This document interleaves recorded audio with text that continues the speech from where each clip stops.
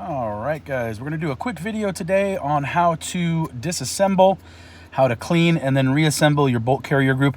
Now, this is pretty simple, guys. We're going to go through it pretty quick. Pull this cotter pin out, right? Sometimes comes out a little easier than others. Pull the cotter pin out. Don't lose it, of course. Get your firing pin out.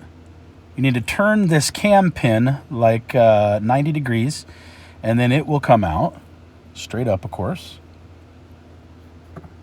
And then pull your bolt out.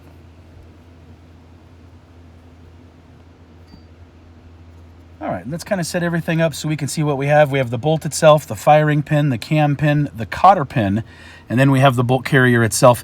If you've seen my other videos, you know I like to get down into this opening for the bolt carrier. A lot of gunk just tends to get down in there. So I'm going to clean this up really good, as well as any contact points, any place where there's going to be metal on metal contact between the bolt carrier, the hammer, the gas key, anything like that. I'm going to clean that up, get a little coat of oil on there. And I'm going to do the same thing for, obviously, the bolt itself, for the firing pin, the cam pin, the cotter pin. I just want to kind of wipe them down, get a thin coat of oil on there, just to make sure that when I put them back together, they're going to kind of play nice together. And this is also what you would do for a break-in, by the way. This is what you would do for like a brand new rifle or bolt carrier group. Basically, cleaning everything out. If you've never seen it before, the firing pin rides up through that bolt. I'm going to show you that here in a second.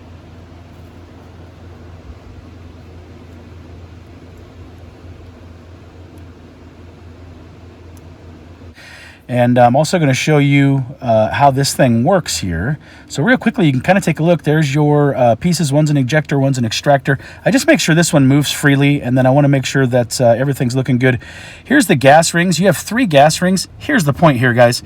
3 gas rings, they cannot have the space or the gap at the same exact spot. So you want to make sure these 3 gas rings have their spaces in different spots.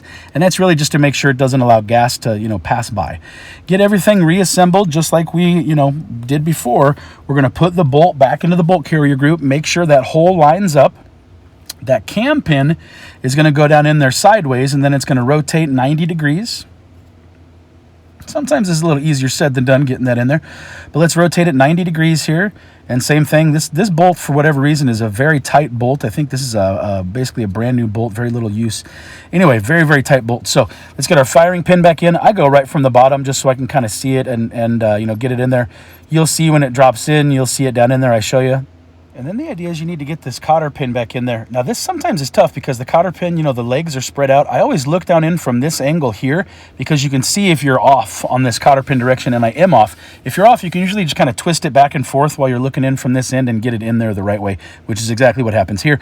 Give it a little love with a little tool. You don't need to go very hard. Just get that little piece in there. And really the main thing is just to make sure the bolt moves freely. That's why I do this push in and shake out test. The reason why I stand it up like that, that's to check to make sure the gas rings hold. If you stand it up like that and it just like drops down, that means your gas rings are probably bad. You need to change them out. So anyway, hope you enjoyed the video, guys. If you have any questions, post them down below. Please give me a like, share, and subscribe, and I hope you all have a wonderful day. Thanks for watching.